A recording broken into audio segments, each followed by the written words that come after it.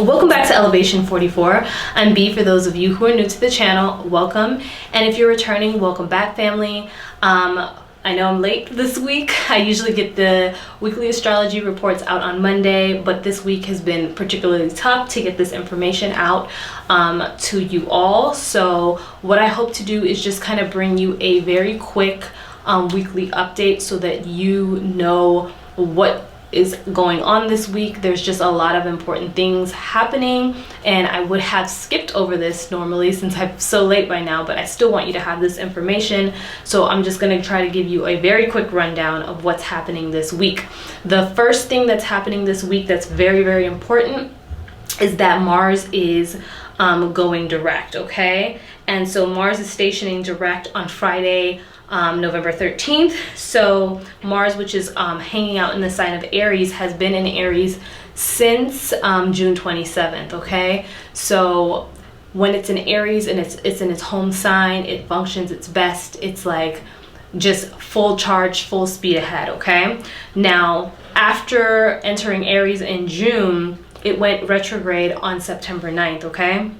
Now, prior to going retrograde, we saw things starting to heat up in typical Mars and Aries fashion, okay? There was rioting, there was fires, there were just, infections spiking all over the place. Like Mars was literally coming in and literally lighting fires under everything, both literally and figuratively, okay? So things were really heating up in a lot of the ways that we were seeing things play out on the world stage, because Mars, before going retrograde, of course, its energy was, externally directed. So everything was being pushed outward. So we were seeing a lot of things on the world stage, right? So when it went retrograde in September, that's when the intensity was reflected more inward, okay? So things got to slow down when we think about it more so on an external level and on the world stage, but it more so turned internal, and this helped us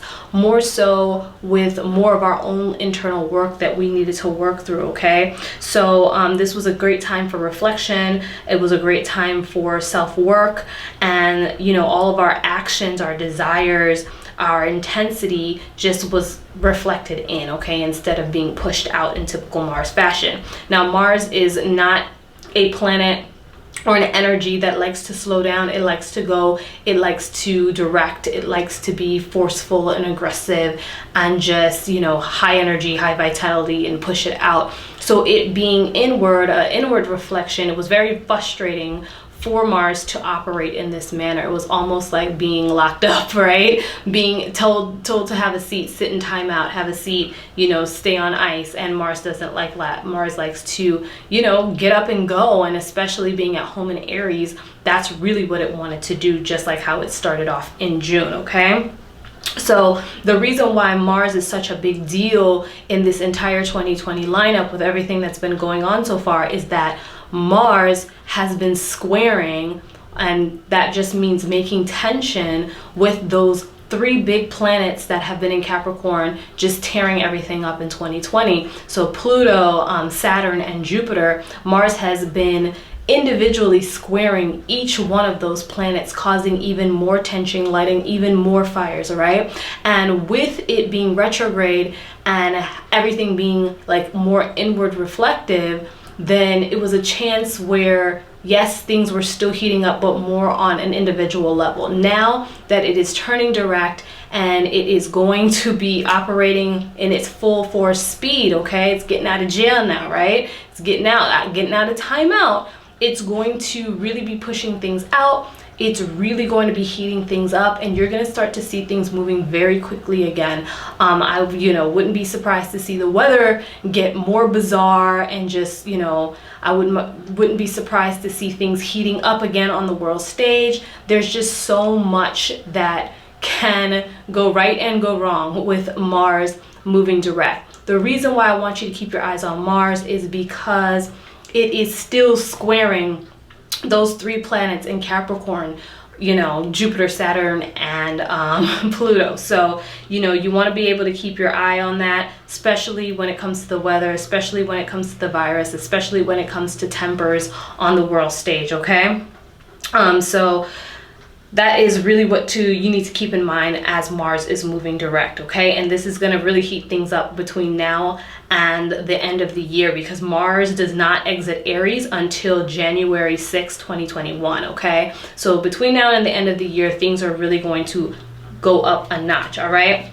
The next thing that I want to talk about is what's actually going to be happening at the time that you're going to be seeing this video, or this video is being released on November 12th. So as of November 12th, Jupiter and Pluto will be making an exact conjunction, okay, at 22 degrees Capricorn. So we talked about this in last week's report. I told you that they were getting ready to make their final, you know, getting ready for their final meeting. But to this week today is when this exact tightest, okay, meeting between the two is going to happen.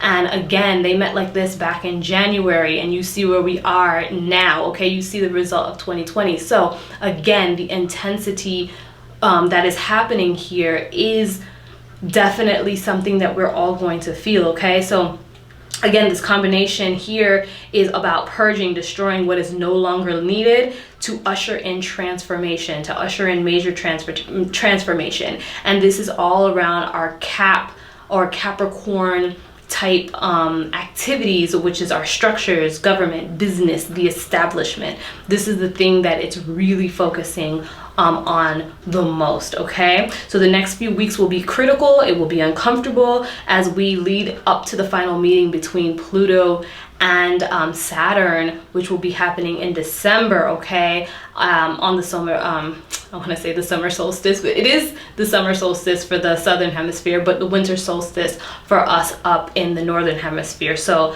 there is just a lot going on, and I want to describe this as like if 2020 was you know, the labor pains, this is us being pushed through the birth canal now, okay? So we are coming out through the birth canal, and we're about to come out on the other side. So that process is going to be very uncomfortable, very intense, and we just need to all keep our eyes on that, okay? And the last thing that I want to mention that's also happening this week is the Scorpio New Moon, okay? So before I even talk about the Scorpio New Moon, I will mention quickly that Mercury has re-entered Scorpio, okay? Because remember, it retrograded back into Libra, then went direct, and now it is back into Scorpio. So do not be surprised if you see some ish coming up. It's no longer retrograded, so it's no longer internal ish coming up. It's external stuff coming up. So, you know, things can, you know, shockingly be revealed at this time, especially because it is opposite Uranus and Taurus. So there can be shocking revelations, things that come up to the surface that are unexpected during this time, okay? The new moon in Scorpio is going to be great for pretty much setting goals. It's all that goal setting energy. And I'm gonna have I'm thinking, I'm not sure if I'm going to put a Scorpio New Moon video out, but more than likely it may be coming out this week, where we talk about this energy more specifically. So I'm not going to go into it too much, and if I don't put up a video, I'll put up a post or something to guide you guys. So this is a great opportunity where our outer needs and our inner needs are being aligned, and we are setting, being able to set goals around that, okay? So even with all the tough energy that is going on with everything else, this is actually an opportunity giving us a boost in this area for us to align our inner and outer needs and to set goals in that direction, okay? So like I said, I'll, you know, put up some guidance around that, or put out a video that can guide you guys pretty quickly on that. And that's it. I just wanted to make this video really short, very to the point, and that's all I have for you this week. So stay tuned for the next video, and I hope you all are taking care of yourself. There's a lot of tough energy in the air. Make sure you're protecting your energy, make sure you're protecting your mental space and your well-being first and foremost before everything, because there is a lot going on and there is more to come, okay? So take care of yourselves. I love you guys. I will see you in the next video.